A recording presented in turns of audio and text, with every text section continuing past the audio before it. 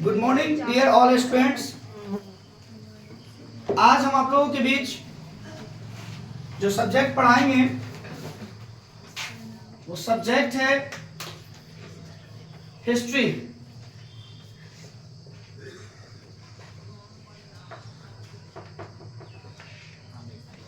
और जो हमारा टॉपिक है वो है हिटलर, उसके कार्य।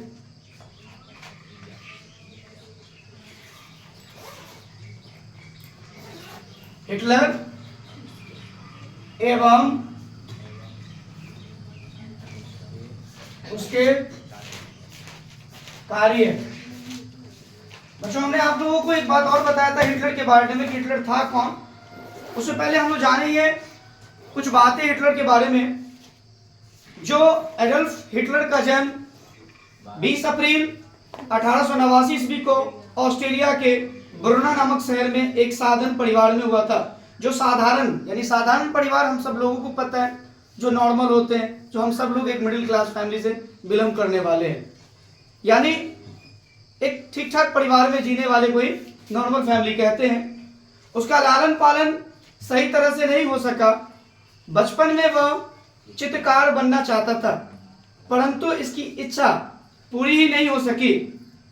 इनका शौक था कि मैं सेना में नौकरी करूं, और होना भी चाहिए। हिटलर ऑस्ट्रेलिया के एक ऐसे व्यक्ति थे जिन्होंने जिंदगी में कभी झुकना ही नहीं सीखा।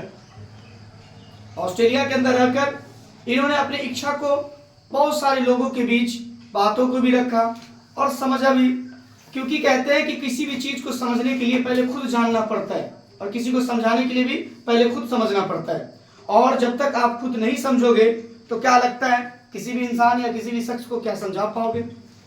जिसके कारण हिटलर को बहुत सारी चीजों का सामना करना पड़ा और बचपन से ही इनको शौक था कि मैं चित्रकार बनूं, पर इसकी इच्छा पूरी नहीं हो सकी। प्रथम विश्व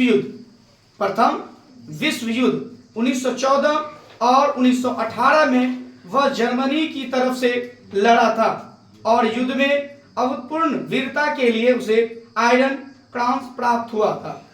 परंतु जर्मनी द्वारा विराम संधि पर हस्ताक्षर से उसे भारी निराशा हुई। युद्ध के बाद वह जर्मन के दौरान इन्होंने इस बात को साबित किया कि मैं सेना के लायक हूं, मैं सेना में रह सकता हूं।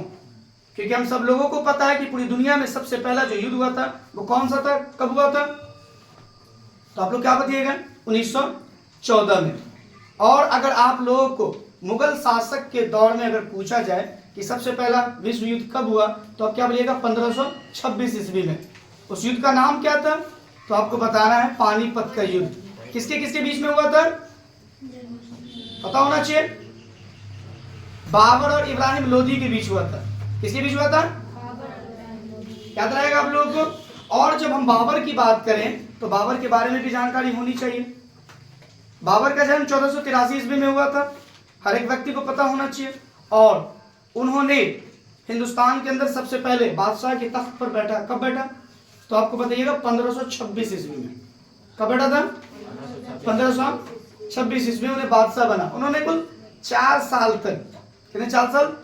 4 साल तक वो बादशाह के तख्त और बादशाह की गद्दी पर रहा। और 1530 ईस्वी में उनका निधन हो गया। कितना से कितना अगर कोई पूछे तो बताइएगा? 1526-1530। कौन था?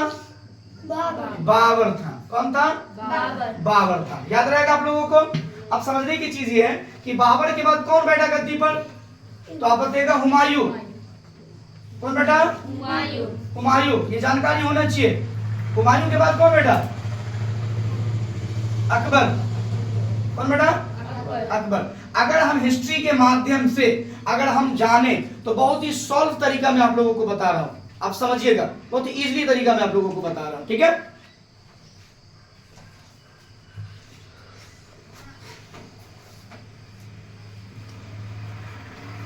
आज मुगल काल के पूरे खानदान का नाम एक शॉर्टकट में याद करेंगे, राइट?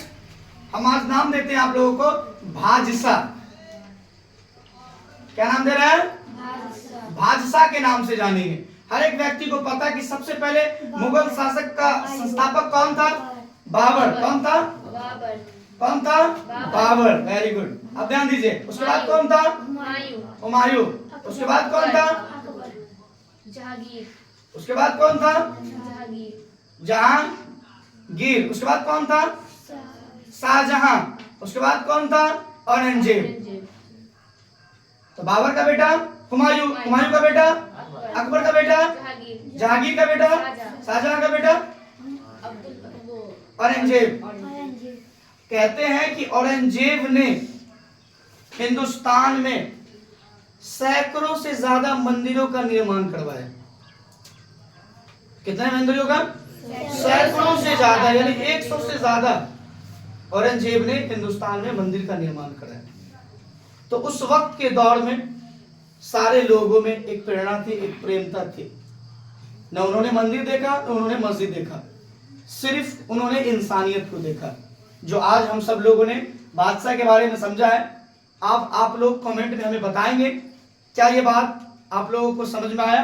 अगर नहीं समझ में आया तो आप कमेंट में नहीं लिखिएगा, और समझ में आया हाँ तो हाँ बोलिएगा, ठीक है। फिर मैं आगे नेक्स्ट वीडियो में मैं आगे टॉपिक लेके आप लोगों को बताऊंगा।